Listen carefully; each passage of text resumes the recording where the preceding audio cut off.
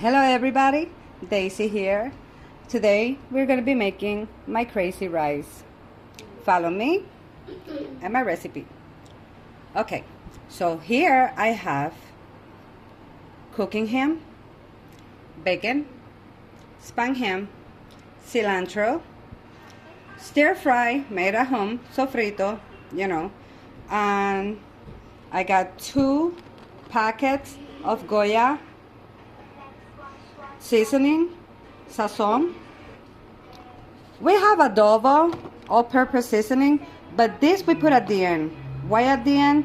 Because this is salty, this is salty, this is salty, and before we put any adobo, we need to make sure our rice is not so salty. I'm gonna be using bacon, this thing right here, just because my husband wants to experiment with it, and I like experimenting, of course. We're gonna use half a can of beans. You want to use a whole one, it's fine with me, and it depends also how much you like beans. I really, don't be using a lot of beans, but beans are good. Peppers and onions. 4 cups of rice, jasmine rice, because I love jasmine rice. It smells so good. And right here, I have a can of chicken broth, which is 14.5 ounces of chicken broth, and the rest is water. Because for every cup of jasmine rice, you're gonna need water. So this is 4 cups of jasmine rice, and we're gonna cook them with 4 cups of water, of course. Now let's put all the ingredients together and let's get cooking. Okay, so here I got the bacon grease that my husband wants to use and experiment, and his orders are my commands, of course. I love cooking for him, and if he tells me he wants to try something, I will. So it depends on how much rice are you making, remember, okay? So I'm gonna put some, but you could use any kind of oil, you could use canola oil, you could use any kind of oil for this rice making. It doesn't matter. It doesn't matter which one you use, as long as it's oil. You can also use butter. Butter will make your rice a little drier, so I don't really recommend that, but use oil. So let's see if I have enough right here.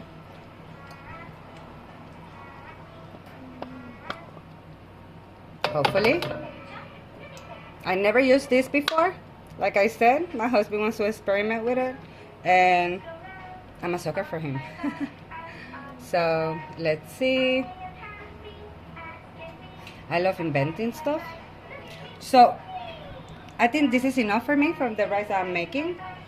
Now we're gonna put the meats. We're gonna cook the meats first. Yes, together, because everything is going together in the pan. There's no need to fry anything differently. So let's put the bacon, the spun ham, the cooking ham in the frying pan. In the frying pan, yeah. So we're gonna let all the meats cook together. There goes the ham, cooking ham. You can put any meat you like. Me, personally, I wanted to put this. Why? Sorry about the ambulance, my windows are open. And this is me, as genuine as possible. So, let's put our fire up. Not so up that you're gonna burn the whole thing. And plus, I never used this bacon stuff before, so let's see how it cooks. Now let's wait for the cooking. When this is cooked, I'll tell you what else you need to add. Put all the ingredients together, let them cook all together. Okay, make it look nice, because anyways you guys are gonna eat it, right? You go add the sofrito. I make my own sofrito. which is stir fry. You can buy it at any store if you want. But I will be making a video of how to homemade your sofrito. And it tastes good. Really good. Better than buying sofrito at the store. And remember what I said.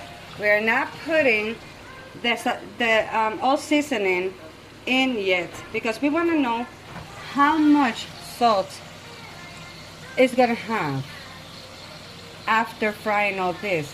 Then after we add the water, then we'll know if we need to add more seasoning or not. I'm gonna add the sazon, which is two packets. And right now you're just going to stir it and let everything cook. Amazing. It's smelling so good already. I love cooking and I love inventing. If you hear in the background something, it's because I have a 4-year-old and he's sitting down patiently while mommy cooks. Look how amazing it's cooking. One thing I forgot to tell you guys, we also need tomato sauce. A lot of people don't like tomato sauce in their food. My husband doesn't like it, but I still put it, and he don't notice. Probably he will now because I said it in my video. But let me tell you something. For the tomato sauce, you don't need a lot. Just like 2 teaspoons, that's about it.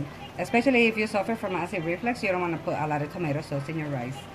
So, it's cooking up nicely. I'll be back after this is cooked, so we go add the other ingredients. Also, it also works if you want to fry all your meats separately. You could do it like that. I'm making yellow rice, so it could be either way. I want, my bacon not to be so crispy, especially when in rice. It will be nice. I'll try it in another recipe. For now, this recipe is like this. As long as it's cooked, because it's rice, it will be nice. Look how wonderful this is coming out. Beautiful. Love it. Okay, we're going to be adding our ingredients. First we add the rice. Okay, why the rice? Because we need to stir it. Anyways, this is the way I do it. Okay, we're gonna be adding the rice.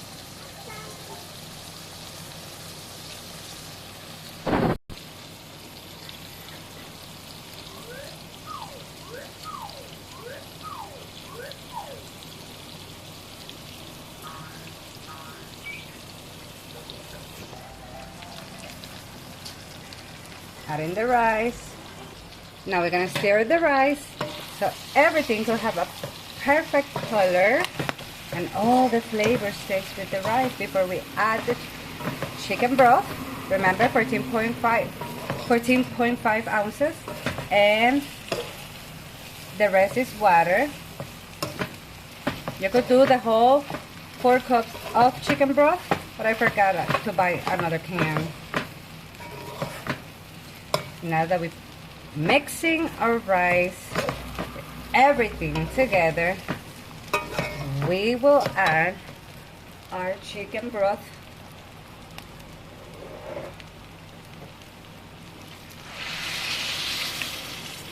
Put it all.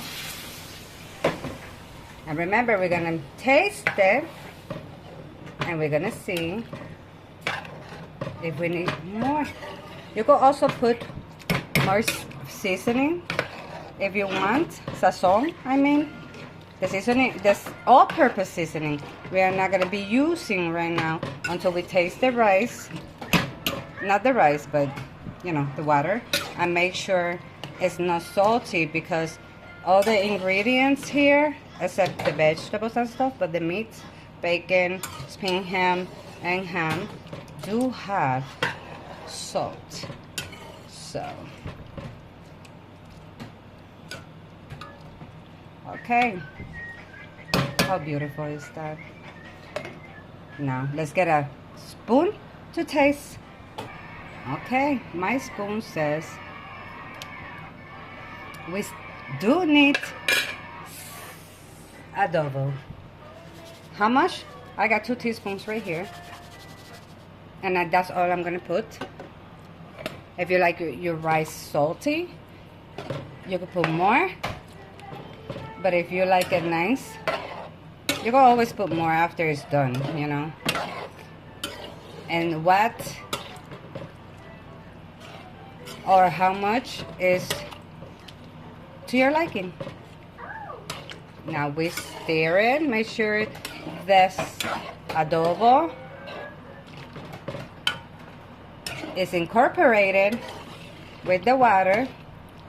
We don't want to miss a spot. We don't want it to be salty. Okay, let's see. Now it's perfect. Now we let it cook on medium-high fire until the water is dry. Make sure you look out, because if it dries and you don't come back in time to put the fire down, it will burn. And we don't want burnt rice. Okay, so I just stirred it a little bit because the water is still not completely dry. So I stirred it a little bit. And we don't cover it. Not until it's completely dry. You could cover it, but like this. Leave space to breathe. Okay, now that the water is dry, we're going to put the fire down to low. We don't want the rice burning. Low. And we're going to stir it. Look how beautiful that looks. And what do you do after you stir it? You let it cook. Now you cover it. A lot of people like to buy like banana leaves and put them on top. You could do that too. I didn't have time to go to the supermarket, so I didn't have time to buy that. Now, like I said, I'm making my own recipe. Follow. Okay. Now we're gonna cover it completely, and we're gonna let it cook in low fire, remember. And while that is cooking, I'm going to cut some plantains. Ripe yellow plantains to fry for when the rice is done.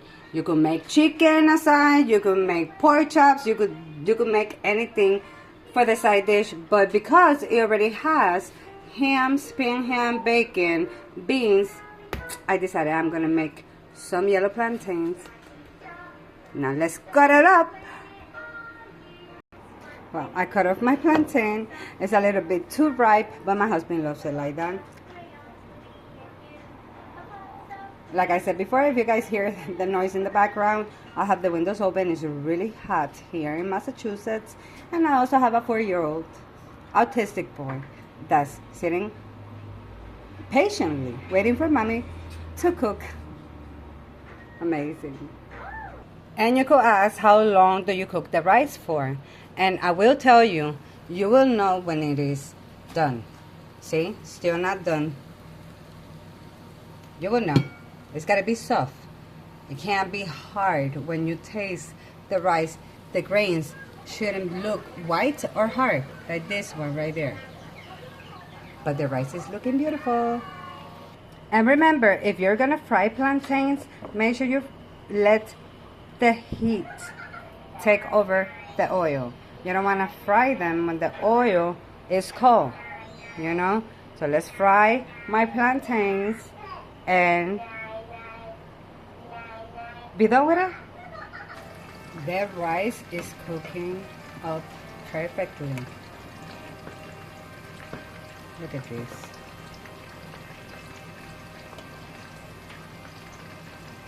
Remember, we let it cook until you don't see it raw anymore. And you will know by the smell. I've been cooking for so many years that I already know when it's done. Delicious.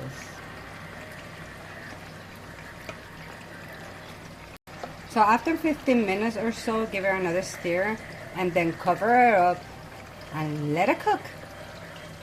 Let it cook. Beautiful. So for the plantains, I'm using my vintage fry pan. Why? I love it. I can't throw it away.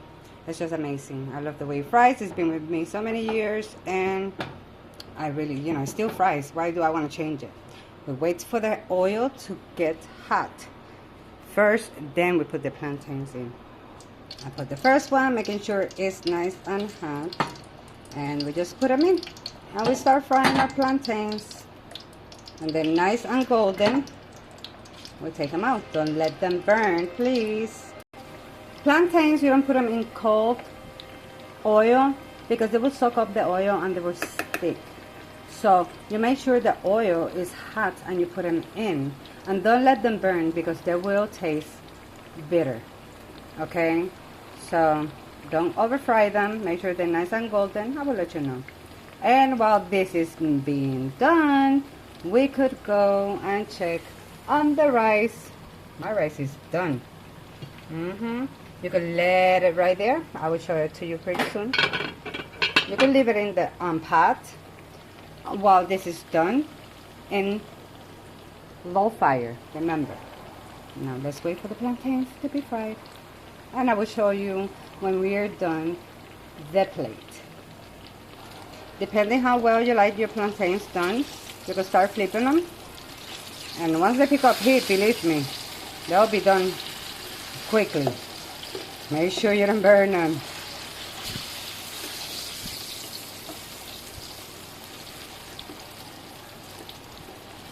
I like for my husband to have his dinner done when he comes out of work, which it will be soon. Uh-oh. Oh no! And you gotta be quick about it too.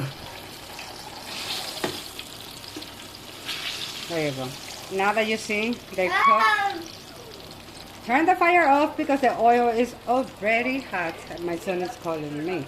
I'm gonna pause this and then I will show you the final result. Remember, if you're like me that have little children, to put the oil away as soon as you're done with it, especially if it's hot, really hot. And this is the plantains.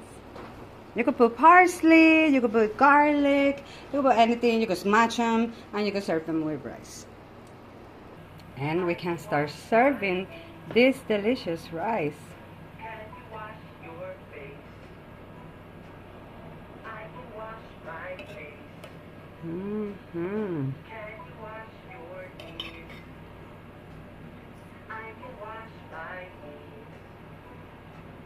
Beautiful. And this, my people, is the final result. Remember, if the plantains are too ripe, they will sponge up a little bit. They're not that, they're not going to be like really extra crispy. If you want it really extra crispy, make sure your plantains are ripe, but not as much. My husband loves it like this, and I'm pretty sure he's gonna love it. Thank you for watching.